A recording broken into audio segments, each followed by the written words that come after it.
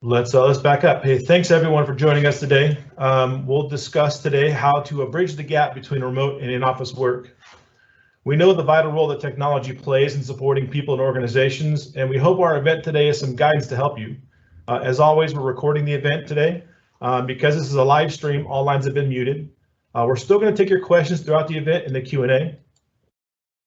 So we want to remind everyone to please open up that Q&A panel. Ask your questions as you think of them. We'd like everyone to take a moment right now. Drop us a note so we know that you found that Q&A session. Tell us, what are your challenges with remote workforces? And please share your comments and your questions. You know, DiamondIT is a security-focused managed services provider. We were founded in 2005, and we have offices both in Bakersfield and in Los Angeles. And we're really proud of our associations with organizations like Vistage and Evolve Peer Groups. Our memberships in these groups, it really helps us constantly improve and mature our services and our offerings. And in these groups, we share ideas with other like-minded organizations, all with the common goal of being a best-in-class service provider. We're also on that Secure the Village Leadership Council. We take a great deal of pride in educating the business community. We know that it really does take a village to achieve a strong security posture, and it's important for us to serve as cyber guardians. We know that when we offer guidance in our services, it helps make the business community a much safer place for us all. My name is Jeremy Meehan. I'm the lead virtual chief technology officer for DiamondIT. With us here today is Matt Mayo. He's the CEO of DiamondIT, and he'll help answer questions in the Q&A. And our speaker today is Ryan Cromar. Ryan's a Microsoft Partner Development Director at Pax8, and we're going to turn things over to him to talk a little bit about how to bridge that gap between remote and in-office work. Awesome. Thanks, Jeremy, and thank you to the DiamondIT team for having me today.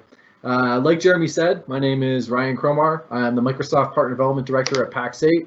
I work very closely with Microsoft and Pax8 partners and clients to help educate them in all things Microsoft. Today, we're going to walk through Microsoft Teams and how it equates to the modern workplace and how you and your team should be utilizing Microsoft Teams to really enable your employees.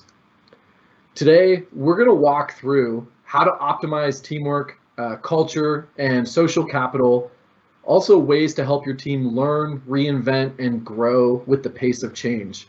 What do those things really mean? It means how do they utilize Teams and Microsoft to collaborate and communicate holistically in their day-to-day function. We're also going to showcase how to build the groundwork for digital transformation and how to be inclusive with all of your solutions. Lastly, we're going to showcase the process for ensuring a really trusted and secure experience for your employees. So not only are we going to showcase Microsoft Teams capabilities on the front end, we're going to talk a little bit about what it can do to be more secure with things like encrypted messages and et cetera, et cetera. So let's get into it. Microsoft Teams is far and away the fastest growing Microsoft app in history. As of right now, we're looking at somewhere around 75 million active users with Teams. And the stat that really blows me away is that bottom right. There are 4.1 billion meeting minutes happening almost every day within Microsoft Teams. And that's voice chat, that's face-to-face, that's calling, that's collaborating, that's internal, external communication. It's a lot of things. So with this shift to remote work, you know, a lot of folks are hearing Zoom and Teams and all these solutions that are available to them. But the thing to keep in mind is not just how do I solve this communication or collaboration problem, but what else should be top of mind for me as an SMB customer? Meaning, yes, I'm concerned about remote work, but how do I provide my employees a way to work remotely while still being secure? And then also, how do I do that while reducing costs? I think everyone in any industry right now is looking at how do I streamline process? How do I reduce cost? You see on the screen, there's been a massive increase in phishing and ransomware attacks over the last year, and it's simply because folks are in front of their screens more than ever, and it's important to think about security whenever we're talking about productivity or collaboration tools. So thinking about the typical end customer, One of the things we saw when we did a research study with Microsoft was that 20% of remote workers are saying that their biggest issue or challenge is the collaboration and communication and loneliness, right? So it's that social factor. You see the next bullet, the 46% employees admitted to transferring files between work and privately owned devices. So not only are you having issues where your employees are feeling lonely or out of the loop, they're now utilizing bad practices for transferring data, which can leave you vulnerable because they're utilizing their own devices oftentimes, or they don't have best practices in place. And then lastly, you're seeing 36% of organizations have dealt with a security incident due to an unsecured remote worker. And this is only getting bigger and bigger because more folks are working from home without being behind that nice company firewall that keeps them safe because they're on their own home network. So in this same study, we asked folks, what are some of the tools that you should be using or that you like using? And it was astounding to hear that 88% of everyone that we spoke to said, I love having all of my solutions in one place and it saves me time. You see the very specific time of 4 hours per week by collaborating within teams. And we'll showcase what that actually looks like here in just a moment. So whenever we're talking about enabling remote work with teams, there's kind of 4 pillars that we always focus on. And that's that real-time teamwork, right? The ability to chat, call, voice meetings, and then you see the online meetings from anywhere. That means being able to be on a mobile device, a laptop, a tablet, a desktop, doesn't matter. You're able to use the same application to access the same type of meetings with your team. And then external collaboration. We'll actually show here in the coming slides how you can collaborate externally with teams, either via email or chat or voice. And then lastly, we talked about security, right? It's absolutely important to think about the security behind the products you're utilizing. The great thing with Microsoft is they're spending over $1 billion a year on security research and development to figure out how do they provide enterprise-grade security to the SMB market. So we're going to touch on here in just a moment some of these different problems and solutions, right? So we touched on, being able to communicate and collaborate seamlessly within teams. The problem that we saw previous to Teams was that whenever you had to share a document, it was really, really slow and inefficient to have to go drag that document into an email, send it, wait for it to load, and then wait for that person to go and download it. We'll show it here in a few, but with Teams, you're able to, in a chat or a Teams channel, upload a file directly to that channel, and it gets to the intended recipient directly or the intended group of recipients directly. So it's a really fast and easy way for you to send files and other pieces of content outside of emailing.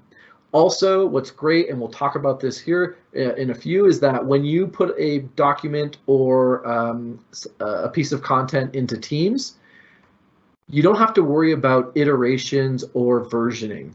So whenever you're emailing something back and forth, someone might edit it and then send the wrong copy, and things can get lost and misplaced. Whereas if you're utilizing Teams, it's all done right within Teams, and it's all shareable and collaborative. So then we talked about being mobile anywhere, right? It's the ability to be on any device with any application. And I think we all agree, we've probably said this one time or another, that oftentimes desktop apps can be a little bit more robust than mobile apps. But what's fantastic about Teams is that's not the case. With the right tools being Teams, what you're seeing is that you're not having this different experience between utilizing Teams on your laptop or desktop versus what you have on your mobile device. So Microsoft's done a really great job allowing you to be mobile at any point and do the things that you would do at your desktop simultaneously on the fly. And then again, the security piece, right? So things like data loss prevention or AIP, Azure Information Protection. These are different knobs and levers that you can set and policies you can set within Teams that decrease the likelihood of somebody sending out or receiving sensitive data, also sensitive content, and also allows you to encrypt messages. So we'll actually walk through what that looks like here in a moment. So next, I'm going to showcase to you some of those pro hacks and shortcuts within Teams that make life really, really simple for an end client. So this is an example of Microsoft Teams. We like to call it your communication and collaboration hub. Oftentimes people think of Teams as simply a chat tool, which, don't get me wrong, you absolutely can chat and send all the cat and dog videos you like, but it's also meant to be very, very collaborative and deeply integrated with the technologies and applications you're already using. So let's get started and walk you through some of the ins and outs of Teams and what you can and cannot do. So we're going to start with your profile and just your availability within Teams. You look at the top right, you're going to have either your icon uploaded by your IT department, or you can upload your own. You can see you click that icon and it provides a drop-down menu. In that menu, you can set your availability, your status message, go into your settings, some shortcuts, etc. In this case, we're going to showcase your availability because in today's remote work environment, a lot of folks are not on calls all the time or working on their own, and their teams need to know if they're available to join a call or a session or a chat. It's more important than ever to let your team know your status. So whether you're available or you're away at lunch, it's definitely important to give that feedback to your team so they know exactly where you are, and if you're on a break, that they don't bug you for a few.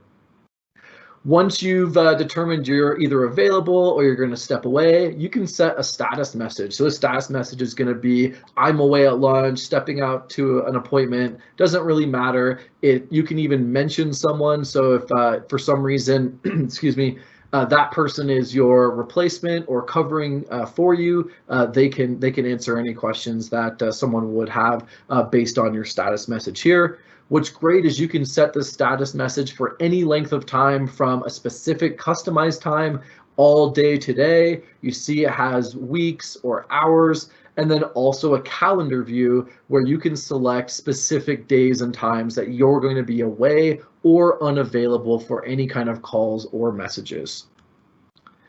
You also can select here this radio button to show when people message me when I'm out of the office. Oftentimes when you have your mobile device connected to Teams, you like to shut it down for a couple days if you're on holiday or vacation.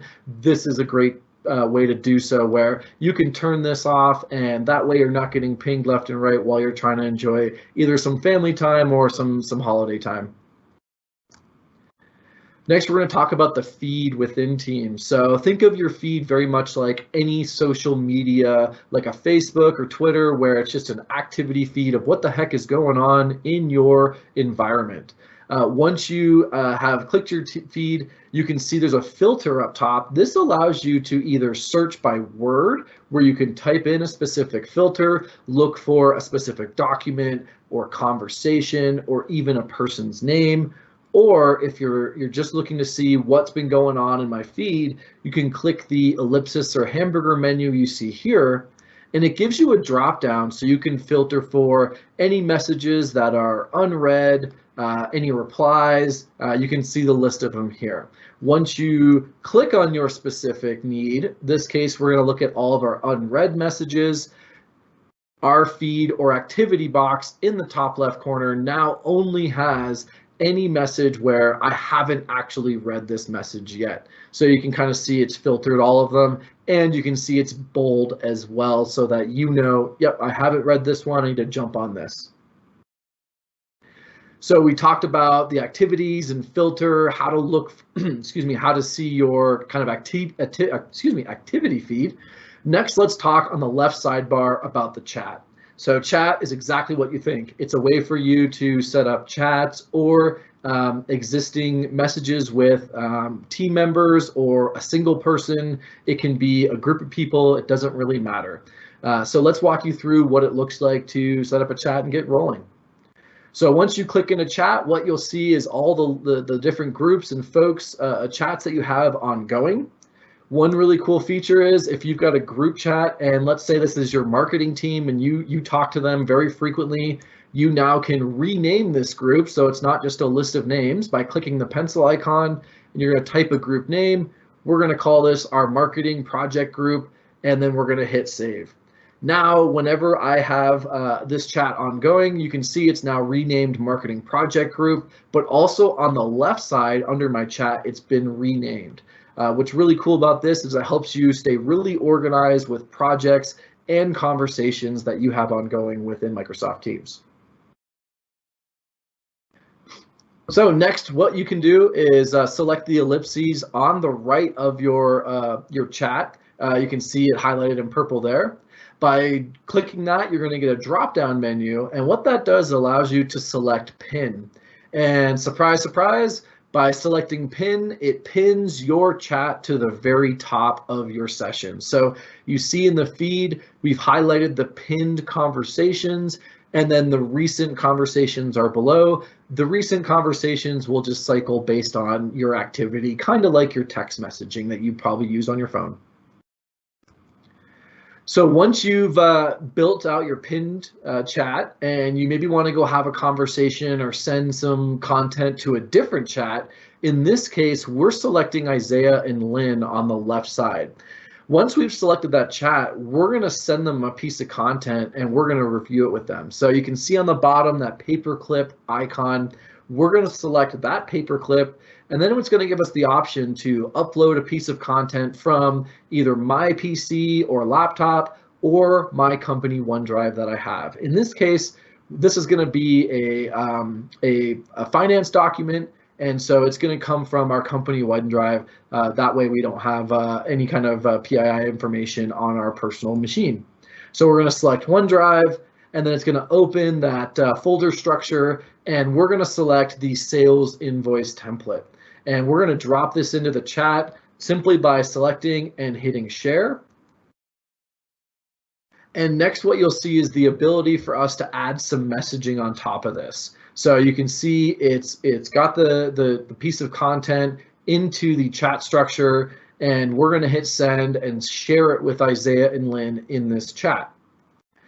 The next thing we're going to do is we're actually going to go into this piece of content, and we're going to share it with a different group. We're going to showcase how that works, the communication between excuse me, Outlook and Teams and different groups and external folks.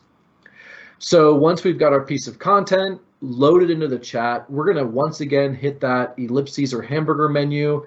We're going to grab the share to Outlook button. What this is going to do, it's going to allow us to share this piece of content via Outlook to either a specific team, an external team, an external contact, or someone that's just not in this chat. So we've grabbed, excuse me, we've shared this via Outlook. We're selecting who we're going to send this to. We're going to choose the drop down and pick our finance team because this is an invoice and they're not involved in this chat. So we're taking an invoice that our sales team put together. We're sending it from Teams to the finance team via email. And then we're able to add in our own little messaging so that they know exactly what they need to do on the finance side of the house. What's really cool too is because this is important information in an invoice or a sales order, or could host credit card numbers, we're actually going to encrypt this message. So what's really cool about Teams is even though you're excuse me, sending it from Teams to Outlook or from Outlook to another external recipient, you can always encrypt this way. Super simple. You hit the encrypt button and then it will pop up a little banner letting you know that this is encrypted based on your IT company or your IT team's policies. So that kind of walks through some of the integrations within kind of the Office suite, right? So how to use Outlook with Teams and communicate back and forth with your internal team. But let's talk a little bit about how different integrations and different solutions integrate within Teams. So in this case, we're going to talk back to that same group, right? Isaiah and Lynn and our team with the invoice template. And what we're going to do this time around is we're going to click that same hamburger or ellipsis menu on the piece of content. We're then going to open up this piece of content within Teams. So you see our drop-down menu now gives us the ability to edit this document in Teams. This is our invoice, and we're able to edit it solely in Teams. We haven't had to swivel chair into Word or another platform, which is fantastic. You're able to collaborate real time in here. And what's great is everyone in this chat is able to collaborate simultaneously. So you could be on a call, editing things on the fly, and you can actually see your team making the changes in real time in front of you. So really, really cool stuff there. So once we have our document open within Teams, we want to start, communicating with our team about how we're going to share this or what the next steps are. So you can see in the top right, we're hitting conversation. That opens the chat with our team inside the actual document. And we're going to hit that chat box and we're just going to input some messaging around, hey team, let's look to get this piece of content done by 1 p.m. today and get this finalized. We're going to hit enter. It's now visible in our chat inside the document editing. So like I said, while everyone is simultaneously working on this document if needed, they're able to see real-time updates from the team inside the chat, which is really, really cool stuff there. Once you've gone through and created your content, it's great to spell check, right? I don't think anyone's perfect at that. Microsoft has a built-in integration with what they call Editor. And Editor is kind of a really, really robust spelling and grammar tool that they've built. So when you click Editor, it goes through your content and it showcases any spelling or grammatical errors that you may have. It'll also detail the specifics, right? So here we've got a spelling error. It's highlighted, hey, you've got one spelling error on this piece of content. Where is it exactly? Now it's highlighted where exactly it is and what's been misspelled and providing options. So a really easy way to, on the fly, make sure that everything is appropriate and correct. Once we've changed the name from Escontoso to the proper Contoso, you'll now see that when we change the name, our suggestions reviewed go from 93% to 100%, meaning that Editor sees no grammar or spelling errors within this doc, and it probably is good to go. So now that you've built your doc, you've tested the grammar and spelling, your team's aware of when it's due, let's talk a little bit about the chat on the left, right? So you see that highlighted there within chat. What's really cool here is now when you go back to the chat, you're able to see that communication stream that you had within the actual document. So let me show you that one more time just to kind of clarify. On the right, within the document, you're editing, you're making changes, your whole team's in there, you're communicating on the right side within that chat. And then when you go back to your regular team chat, you see all of that's carried over. Really, really good stuff. So that showcases the integrations within Microsoft itself, right? Editor and what it can do to make your life a little more streamlined. But what's great about Teams is there are integrations to a myriad of other applications. Just off the top of my head, you think of things like Salesforce and Rike and Zendesk and a bunch of others that are really integrated within Teams or can be integrated within Teams to, again, give you and your team that non-swivel chair experience, right? You're in one platform all the time, everything in one place. So really great way to do business.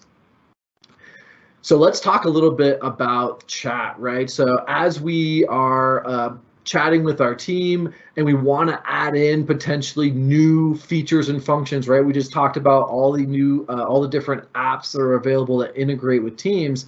You can add them right into your specific groups and chats. So what you're seeing here again, this is our chat with Isaiah and Lynn, and you see the plus sign in the top middle. Once you click that plus sign, it'll actually ask you, okay, you want to add a tab to your chat.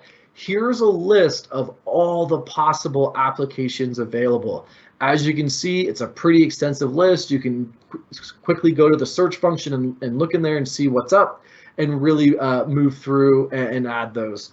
So what's great is once you've decided what app you want, in this case, we're going to go OneNote. You simply click that, you create a notebook, and now you can title that notebook. We're going to call this notebook Sales Collaboration. We're going to save it. It's going to set it up. It's going to take a few seconds.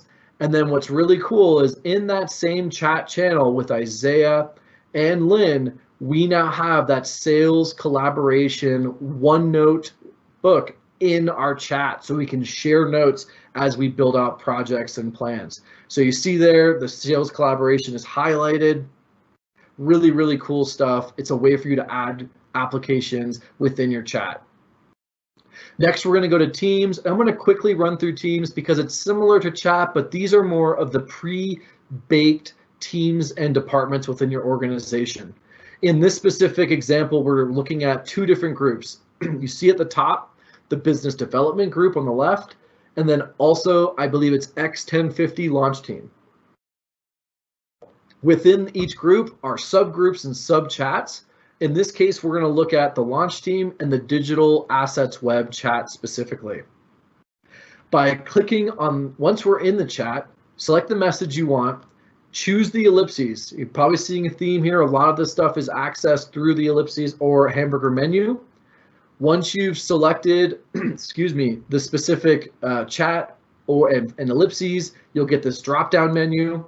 You can then save this message. This is something that's important or you need to check on it later. It'll save this message for a later date and allow you to come back to it and keep it top of mind.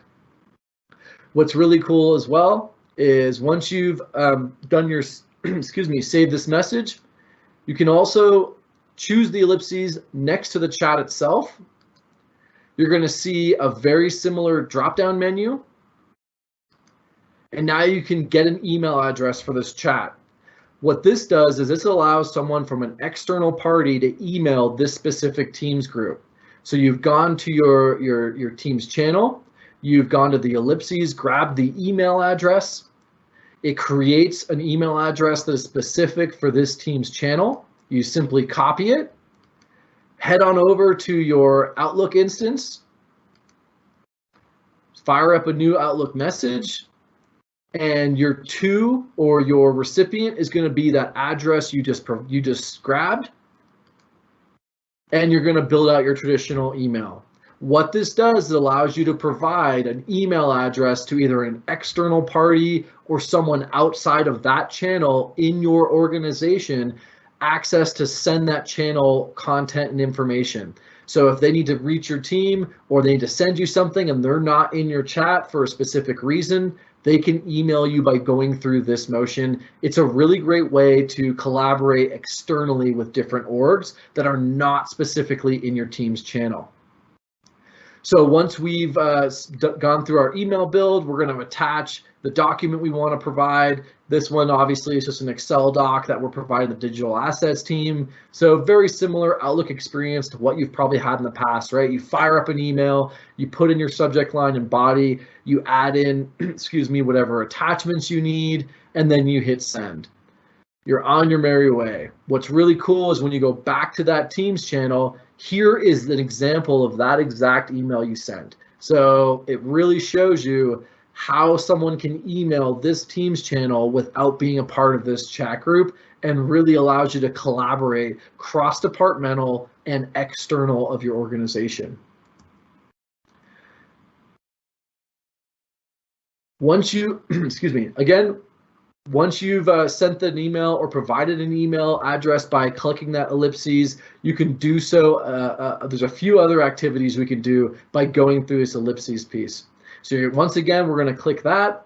We're going to get our drop-down menu, and we're going to select pin. What this does is, again, just like our chats, it pins this specific chat or sub-chat within the team to the very top. That way, it's top of mind. You see it all the time. Whenever you open Teams, it's right there in front of you. So the next piece we're going to talk about is how to rename groups or create tags. So you see here the business development team.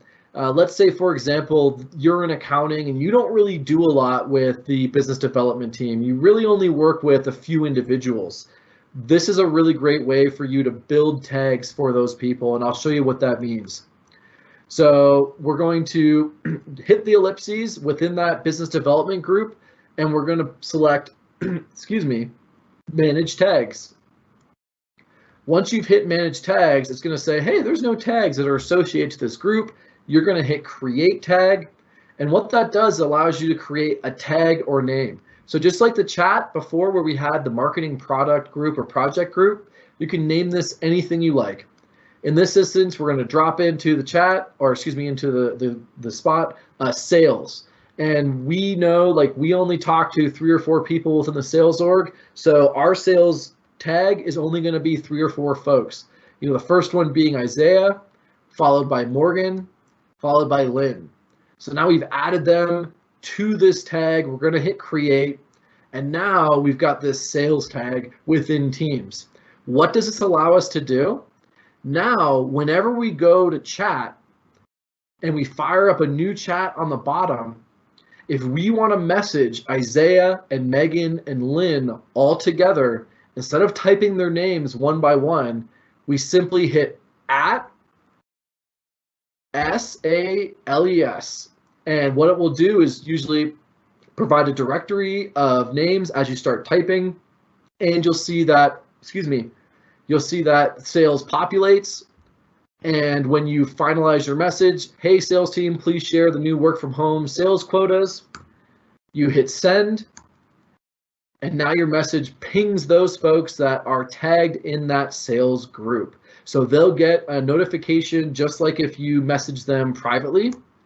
And you can see here when we deep dive into the group, it showcases the 3 members that we just talked about. So this is a really great way for you to really narrow down your chats and channels and only have conversations with the folks that really matter to your day-to-day role.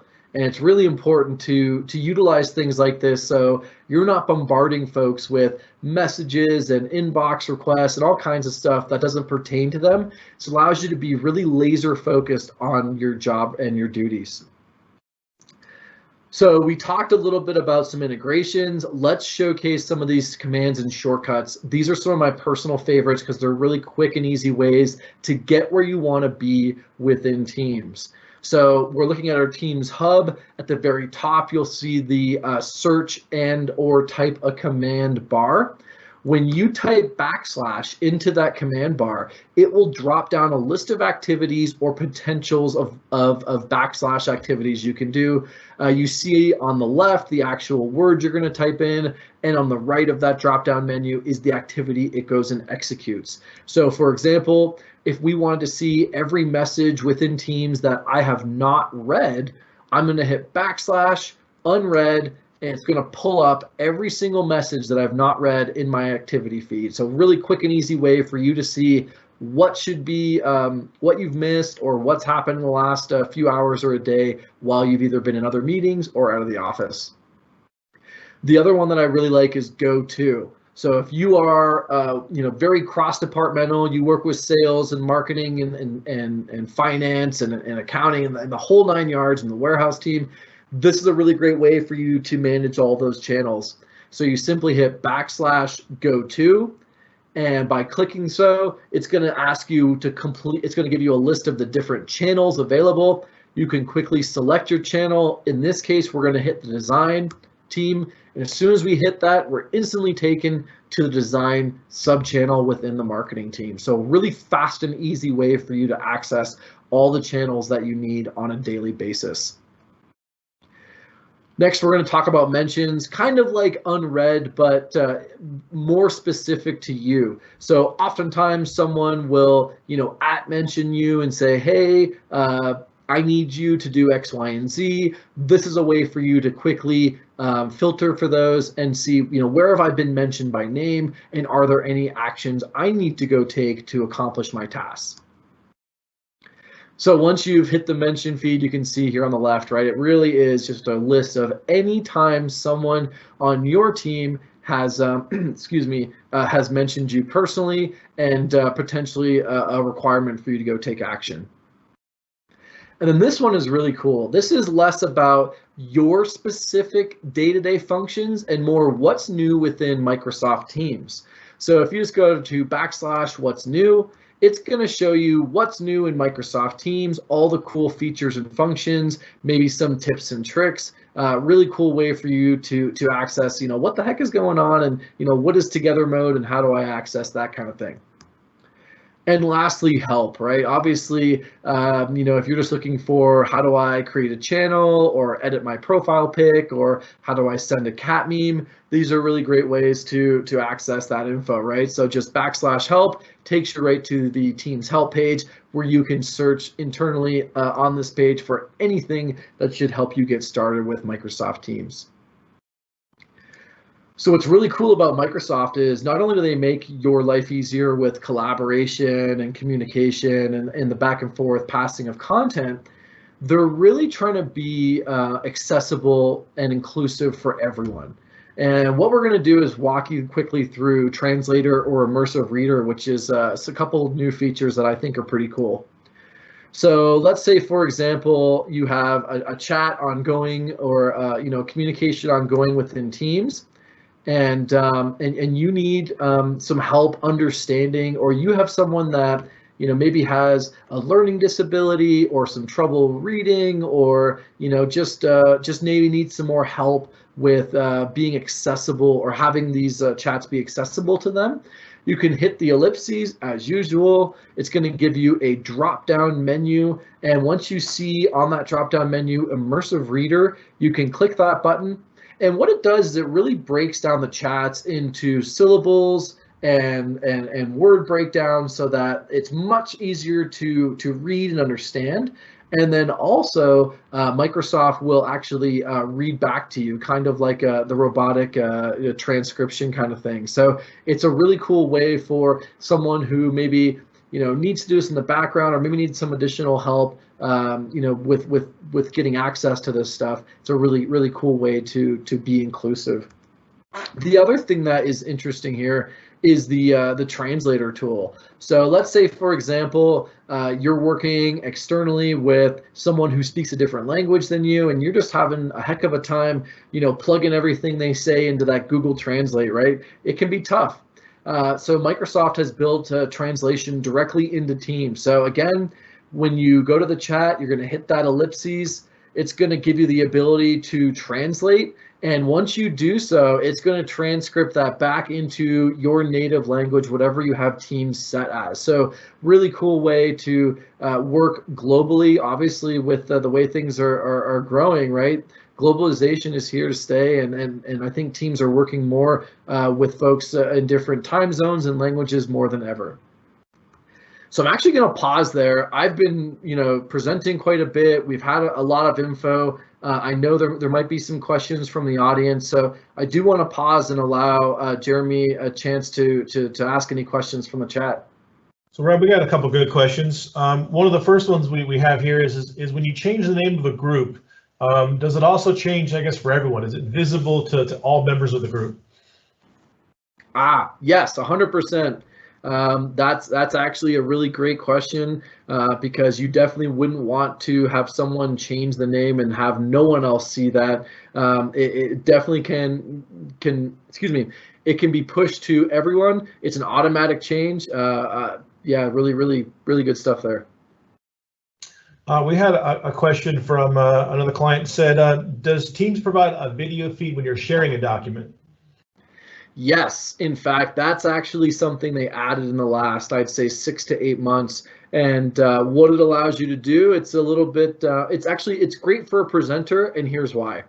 Oftentimes, and if you have children, you may have heard this, it's difficult for a teacher or presenter to present to a bunch of blank screens, right? It's tough to understand feedback and how people are feeling about the prezo. With Teams, they provide a multi-video screen, so you've got the prezo and the screens of everybody sharing their video. That way, as you're presenting, you can kind of read facial reactions and social cues to know whether you should pause, go into deep dive of that topic, or if their eyes are glazing over, to move on quickly onto the next topic. So, yeah. That's great. We have, I guess, another theme that I hear quite a bit. It came up in our Q&A is, can you speak to how Zoom compares to Microsoft Teams? Yeah, absolutely. So we get this a lot from partners because I think Zoom has kind of become the action verb, right, of Zooming your family or Zooming a family friend or whatever that looks like. Like Xerox, right? What's that? So like Xerox, Exactly, right? It's like Googling something. Yeah, exactly. And they did a good job of that, right? But the thing I think that Zoom does a great job of is they've quickly branded themselves as the action verb of what video calling is. They do a great job of allowing you to have multi-person sessions, dial tones, the whole 9 yards. The problem that I see with Zoom and how it compares to Microsoft is this. Zoom doesn't have the baked-in integrations with things like Office, so PowerPoint, Excel, Word. It doesn't have the capability for you to share those pieces of content and collaborate simultaneously while also saving those documents and managing the back-end process. So Zoom is a really great communication tool. I don't know if Zoom is a really great collaboration tool. In my opinion, you've got the OneDrive component baked into Teams, so all your content's in one spot, and it's just kind of more, in my opinion, the all-in-one tool. My favorite feature set is certainly the integration with Outlook. Is when you schedule your calendar in Teams, the calendar reminders pop up and you can click on the join button right away. I think that integration for me is one of my favorite features. It's so tightly integrated with Outlook. That's a great point, Jeremy. I mean, how many times have you tried to schedule a meeting with some folks and you're trying to find a time that fits, and going through calendars is an absolute nightmare? In Teams, because of the Outlook integration, you're able to go into the calendar function within Teams, and if you plug in the intended recipients of that meeting, it will actually provide suggested meeting times that work for everyone. And that is a time saver in itself because you're no longer having to scroll through people's calendars. Teams is just telling you, hey, here's a time that works for everyone, just book it. So it's a really great feature. Very cool. Thanks, Ryan. Awesome. If there's no other questions, I'll keep chugging along here and we'll go into some of the new meeting features within Teams. All right. So one thing that obviously has happened quite a bit in the past 6 to 10 months is just the explosion of team meetings and functionality. So there was a great question before about the video sharing during presentations. That's a component that was added recently, but let me walk through some other components that can really help create kind of a fun and cool experience for folks, but also a very productive and collaborative environment. So if you haven't seen it yet, this is kind of your new Teams meeting hub look and feel as you log into a session. Once you're actually in the session, you'll see this navigation bar across the top that's got everything from how to share content, muting and unmuting yourself, turning off your video, leaving the event, but also ways for you to chat, raise your hand, etc. So what's really cool here is you can raise your hand. What this does is it allows you to get someone's attention so they know you want to say something or you're up next. And actually, even now you can input, applauses and hearts and all kinds of different reactions to people as they're communicating and presenting. So it's a really cool way for you to kind of interact with the presenter a little bit more, and they can get some real-time feedback from you. Also, again, you've obviously seen the trend here with Teams. They love their ellipses or hamburger menus. Once you click that ellipses, you'll get a drop down. And what this does is provide some additional settings around your view and your audio and video. So what you typically will be in when you are presenting or in a Teams meeting is gallery view. If you have more than 9 to 12 folks on your call, it's important to look at what you see. Second down is the large gallery. And then if you want a little bit more of a fun atmosphere, you can go with together mode. So what you're seeing here is together mode, where it will capture headshots and put you into kind of a classroom style. This is kind of a cool way for everyone to see faces without being distracted by backgrounds. So, whether it's someone's pet or child, or, the mail delivery person's there, the UPS driver's there, all of that is canceled out in the background, and you're able to focus on people's faces. We've actually found at Pax8 it's a great way to host meetings. You're a lot more engaged, I find, with folks. And then I mentioned earlier, right, the large gallery. So if you do have more than 9 or 12 folks, I think it's 9 actually on your call, you're going to want to go to that ellipses drop-down menu and select large gallery, and you're going to get this vibe here. Actually, this is a great timing. The partner or the person in question asked about video sharing during the presentation. The look and feel has been edited, but the idea behind this is exactly what you see on the screen. On the left is the presentation or PowerPoint. On the right is the video feeds of the presenters or people involved in the meetings. That way, as you're presenting, you're able to solicit feedback and kind of see their natural reactions to things. Also, going back to being inclusive and allowing anyone to use Teams is live captioning. So what's really great about Teams is you can turn on live captions, and as someone is presenting, you'll see at the bottom of the screen, those captions will auto-generate throughout the session. What's really cool as well is it'll create a transcription. So on the right, as folks are having their natural conversation within Teams, it's going to naturally transcribe the conversation. So if you wanted to export it or share it or go back to something later, you're able to do so. Also allows for someone who is hard of hearing to be able to join these sessions, no problem whatsoever. So let's talk a little bit about some best practices that are really going to help your employees feel great about working remotely. So something we've seen with Microsoft is that we absolutely need to make virtual and digital experiences feel more connected. One thing we've seen during COVID is that while companies have excelled or even provided a work from home experience to their clients, or their employees, they're still experiencing some loneliness, right? You heard me talk about that earlier. So it's important to think about what are some of the different ways that Microsoft Teams can help you have a better work-life balance or experience, and the answer is Insights or Headspace. I'm going to quickly walk through what these are. These are new tools within Microsoft. What they do is at the bottom right, you see you can set your schedule so that Microsoft will actually stay on top of when and where you should be clocking in and out, just to give you some breaks so you're not overworking yourself. Also allows you to go through your tasks and different things that are required for you to accomplish. So this is, again, just an application. On the left side of the screen, you can see it's something we've added to our Teams instance, and it allows us to really check in on ourselves, right? How do I feel today? Was I able to accomplish all of my tasks? Is there some kind of guided meditation that I want to use to unwind at the end of the day so I can chill out because I've been going hard on sales for the last 10 hours?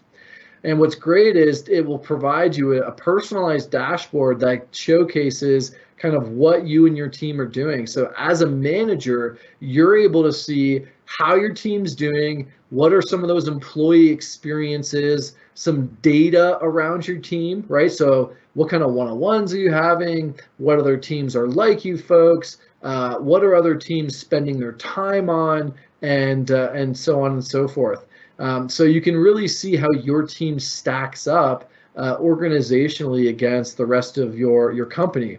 And what's really cool is you can take action against these numbers. So if, for example, you see that 52% of employees are working after hours, then maybe you should have a conversation with your team about, planning their day and what are they doing to manage their time better, or are they overworked and do you just have too many projects going on? So it's a way for you as a manager or an employee to see, how am I doing? How's my team doing?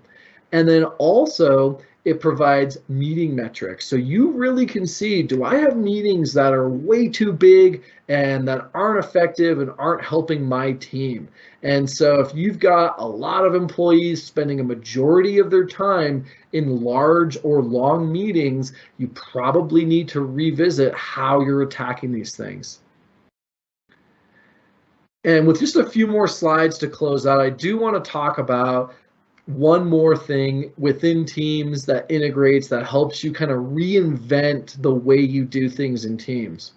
So when we look at this list here, kind of the reimagination of future work, a lot of these things are being accomplished with Teams. Teamwork and culture and inclusion, security, how to learn, all these things are included within Teams. The thing we're missing, I think, is the automation of process and workflows, right? You're able to collaborate, but how do you automate that stuff? What's fantastic is within Teams, you're able to custom build applications with App Studio. So if you go into your Teams instance, you'll see that bottom left ellipses. By clicking on that, you'll get the App Studio icon. It will ask you, do you want to create a new app? Are you trying to manage a bot? What are you trying to do exactly here? And once you've created a new app, you can build a low code or no coding involved application that can help your company streamline processes. I've seen small accounting teams utilize this for invoicing. I've seen sales teams utilize this for workflows for sales ordering and processing of orders. It's a really, really great way for folks that have zero technical aptitude to build applications and cool workflows that really help drive their business and make their life much easier. When we talk about Teams platform, this is a real number in that by utilizing this platform, the application development, the streamline into Outlook and the integrations into other platforms, you're saving a ton of money in a short amount of time because you're no longer having to cobble together different solutions. It's an all-in-one experience. So I'm going to close here and we're going to talk quickly and lastly about how do you deliver this really great experience, right? How do you deliver Teams in a secure and trusted way? And it really, really boils down to working with DiamondIT, I think, and helping them, and having them help you, kind of figure out what's the best Teams play for my environment and my company. So when you think about how do we enable that remote work piece, it's really important to think about, like we talked about, how do you enable your remote workers? How do you make them more secure? How do you make them confident that they're not gonna, do shadow IT, download a virus, and feel comfortable and collaborative with their teams? And the answer to all of this, in my opinion, is Microsoft Teams and the DiamondIT folks. They together can help you build out a Teams environment that is, robust and perfect for your needs. So I'm going to pass it back over to Jeremy. I want to thank these guys for allowing me to present today. I love presenting to clients like yourself and how Microsoft Teams can transform your business. Thanks, Ryan. I thought it was an awesome presentation. We'd love to have a conversation about how DiamondIT can help your organization bridge that gap between remote and in-office workers. You may be able to leverage tools or licensing you might already have with Microsoft 365 and Teams. If you have any interest in learning more about Teams or how to better secure your organization, let us know. Let's get something on the schedule. We do have a few more minutes here, a few questions for you, Ryan. Hopefully you can answer. Yeah, let's do it. Question says, do all meeting attendees need to have Teams applications installed on their PC to join a meeting?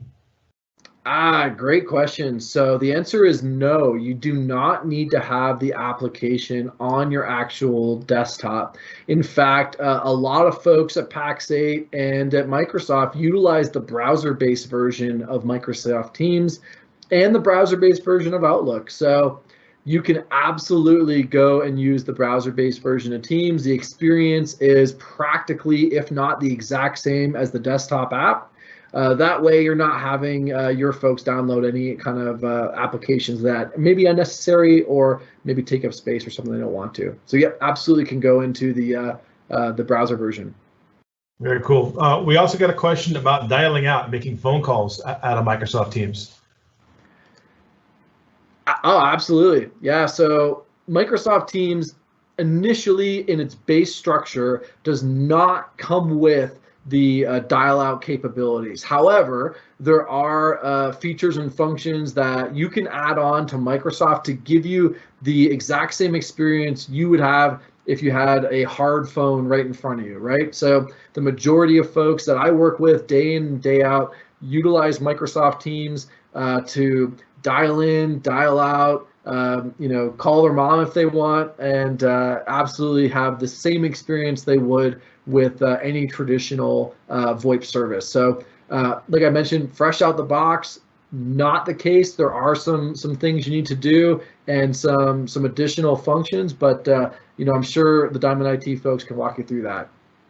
Yeah, part of Diamond's remote work strategy was to port all of our phone numbers into Microsoft Teams. We're using Microsoft Teams as a full-blown phone system. We still have our auto attendant. When you call the office, you press 1 for service. Dispatch team answers, you press 2 for sales. Those calls get routed to the sales team. And it doesn't matter whether we're working in the office or working from home. We're still using it as almost a full-fledged phone system. Exactly. And I mean, I think COVID only accelerated the need for folks to be able to do this without a hard phone in front of them, right? You've got sales teams and employees that are all over the place working from home, and it would almost be physically impossible to provide each and every one of them with a Cisco phone or whatever that third party is. So this is definitely the answer in my opinion. No more need to be carrying anything around. Well, that kind of segues into our next question here. And the question is what platforms and devices are supported by Microsoft Teams? Gotcha. It would almost be easier to list what platforms and devices are not supported. So I could share with Jeremy and team a list, but man, it ranges everything from personal mobile devices are compatible, laptops, PCs, desktops, any kind of Polycom, or I call them the Triforce phones that you usually have in a conference room work, any kind of I believe most smart TVs, I could be making that up, but any device practically that you're already using is Teams compatible, and especially for anyone utilizing any kind of mobile device, doesn't matter, you're good to go. Well, Ryan, we really appreciate your presentation today. Thanks for sharing. I want to take a quick second to remind all of our attendees to take a look out for our next event. We do host a monthly live event series here. We really focus on educating communities and local businesses. We know that our guidance can make the community a better place. So don't forget to take a look out for next month's webinar on February 10th. I will talk about regaining your competitive edge on how to leverage that modern workplace. And we want to thank everyone for joining today.